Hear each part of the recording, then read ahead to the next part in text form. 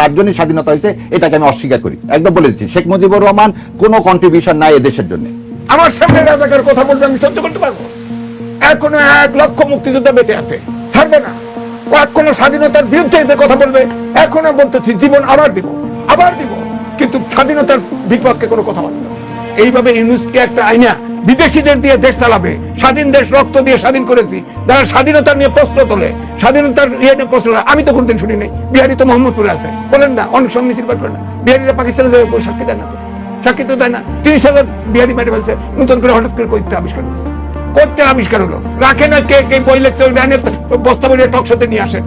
তো কোর্টে যান, কোর্টে যান, কোর্টে যান, দেখান ওগুলো। এখানে টক শোতে আপনার উপস্থিত বক্তৃতা দিতে হবে। তো আমার কথা হচ্ছে, দেশ স্বাধীন হয়েছে রক্ত দিয়ে। এখানে ইন্ডিয়ার সাথে কনস্পিরেসি ভাগ করছে, তা আমি অন্তত, আমি মুক্তিযুদ্ধ ছিলাম, আমরা তো মুক্তিযুদ্ধ করছি। আমার ঠ্যাং একটা ল্যাংড়া, আমার সামনে রাজাকার কথা বলবে আমি সহ্য করতে পারবো? আমাকে মেরে ফেলে নাকি? মেরে ফেলে। এখনো 1 লক্ষ মুক্তিযোদ্ধা বেঁচে আছে, ছাড়বে না। কোন স্বাধীনতার বিরুদ্ধে যে কথা বলবে, এখনো বলতেছি জীবন আবার দিব, আবার দিব, কিন্তু স্বাধীনতার বিপক্ষে কোনো কথা বলা যাবে না। এদেশকে মেনে রাজনীতি করতে হবে।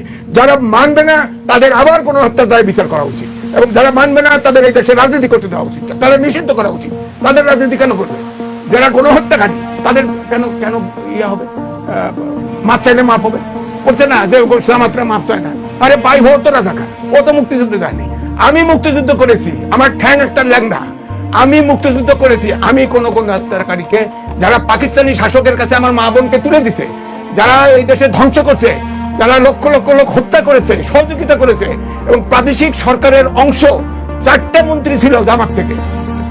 এই জামাত প্রাদেশিক সরকার সিদ্ধান্ত নিয়ে এই আইয়ুব খানকে ইয়ে করছে, সামরিক জান্তাকে সহযোগিতা করেছে, এই দেশে যা কিছু ঘটেছে সবকিছুর জন্য আমি বলবো বাংলাদেশি হিসাবে ওই সময় পূর্ব পাকিস্তান হিসেবে জামাতের লোকরা যায়, তাই কোলাবোরেটর, তাদের আবার নতুন করে বিচার হওয়া উচিত। গণহত্যাকারীর কোনো মাপ নাই, কোনো মাপ নাই, যে গণহত্যাকারী তার কোনো মাপ